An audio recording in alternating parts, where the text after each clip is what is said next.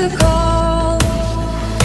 Oh, claim your prize for a crown of stars. In the name of love, be the sacrifice. You and I will stand and fight, our backs to the wall.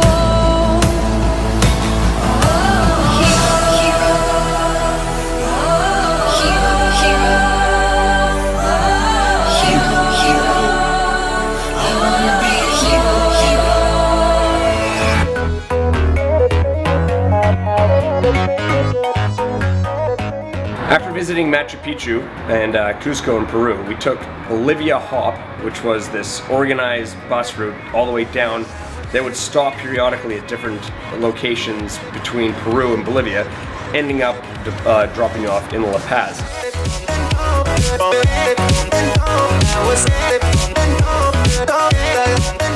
It really was incredible. We ended up stopping through Copacabana, which is a great city on Lake Titicaca. And Lake Titicaca is the highest elevated lake in the world that connects Peru to Bolivia.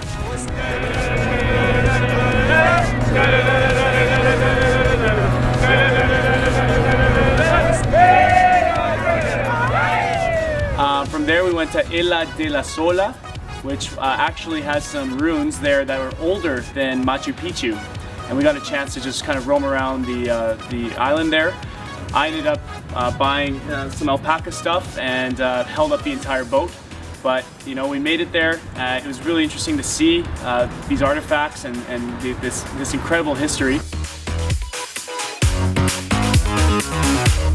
On the Peruvian side, we went to these floating islands and hung out with the native people, who apparently have their culture and this way of living has been there for thousands of years. We showed up and the women all walked to the coast of the port where the boat was going to arrive, and all at the exact same time they said hello in their native language, and they brought us in and were very, very welcoming. They brought us actually inside of their huts and dressed us all up like to be the president. I've been officially declared as the president. This is my vice, yeah. They're all very, very colorfully dressed, and they take you in and kind of sell you monuments. It is a little bit touristy, but it is still pretty authentic.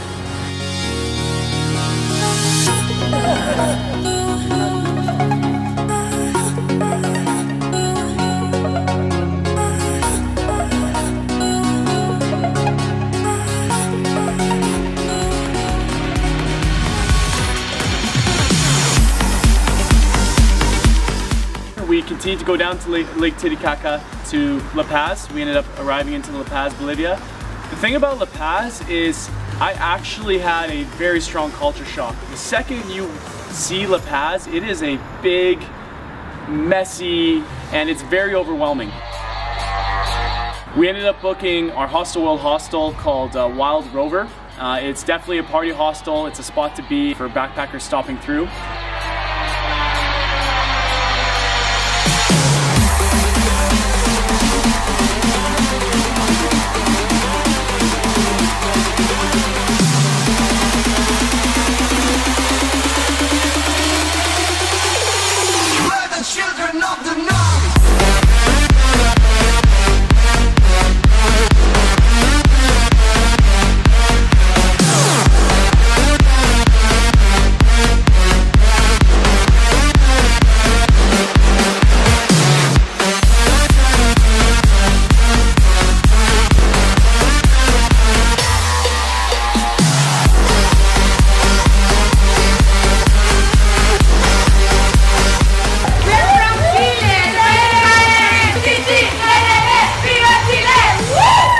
We ended up doing the Death Road, which is obviously an attraction for anybody who goes into La Paz. Death Road is definitely something you have to do for a backpacker.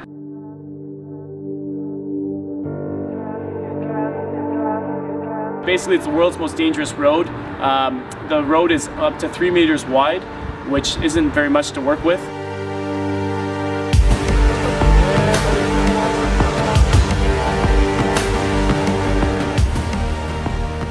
Takes about 250 people's lives every year, and it is actually pretty dangerous. So we did it with a group, again, backpackers from all over the world.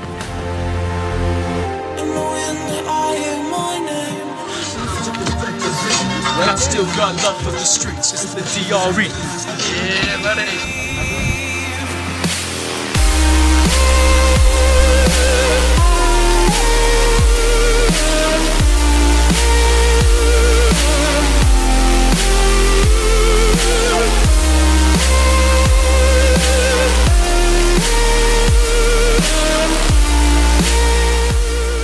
They dressed us up in these bodysuits to keep us warm, but also more importantly to keep us safe if we fall. I ended up falling. A Canadian guy tried to whip past me as fast as he could, and as I was adjusting my GoPro, he ended up hitting my handlebar, and I just ate it as hard as I could. Luckily, I didn't eat it off the cliff. I just fell face first on a highway going about 40 kilometers an hour.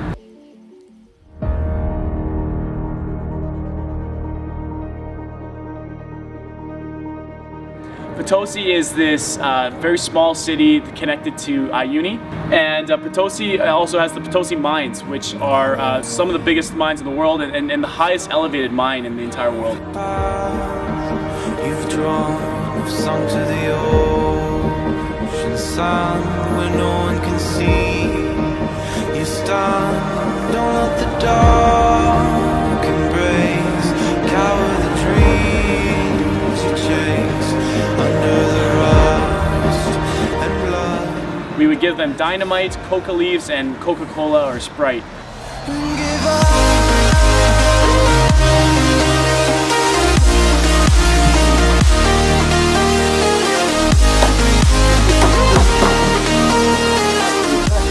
When you go into these mines, we were seeing these 15-year-old kids just covered completely in dirt, and they were working relentlessly down there.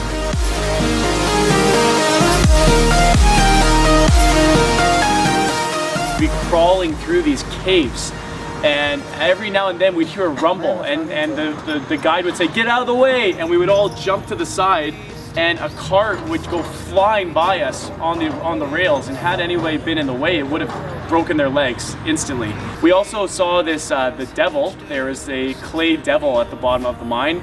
Apparently it is to keep the miners safe.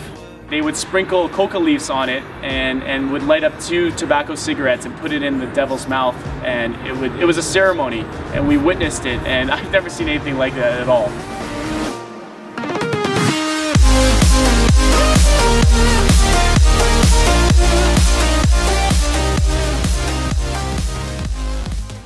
Finally, Alex met up with me in Iuuni, and it was time to do the Iuuni Desert, which is definitely the tourist attraction for backpackers. It's the thing to do. It's basically a desert made out of salt.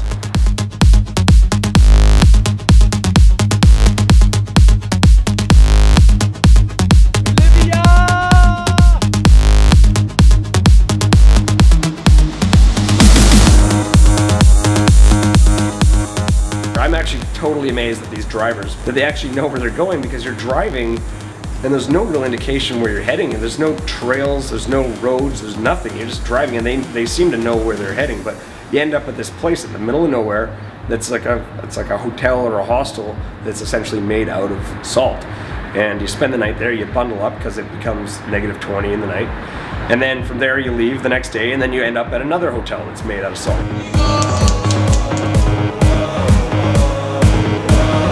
You end up at this spot where they have these geysers, which essentially are like little mini volcanoes blasting steam out of the earth, and there's boiling water, and it's almost like it's volcanic activity essentially.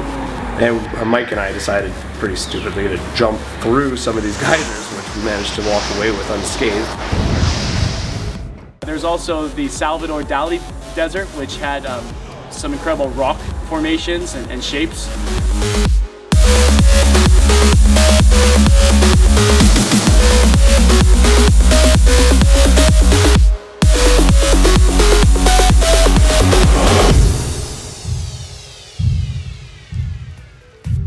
The most amazing thing about the Iuuni salt flats is the depth perception. So you have these incredible photos that are being taken, and we decided to take full advantage of it, and we took some of these incredible videos of us having the most amazing time.